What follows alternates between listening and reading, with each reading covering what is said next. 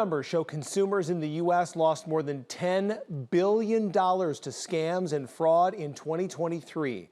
Armed with real-world tips and tools, the Stop the Scammers Roadshow made its way to Siouxland today. Along the way, the Iowa Department of Insurance and Financial Services, the Iowa Attorney General, and the AARP are putting on educational seminars. In Sioux City today, the Roadshow shared stories of real people and how scams can invade the lives of everyday Americans.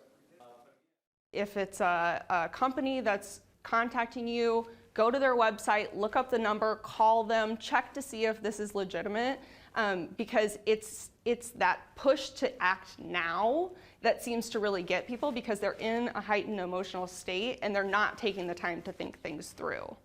At the seminars in 18 communities, Iowans will learn about the most common scams that people should look out for. Things like computer tech support scams, Ponzi or pyramid schemes, and affinity fraud. Organizers say the more you know about scams, the more likely you are to avoid them and report them. Scammers are really good about using information that they can gain from us. They often start by being very nice, but if you're dealing with someone over a line that has a phone line, a computer line, or through text messaging, you should be very suspicious that they're actually trying to run a scam.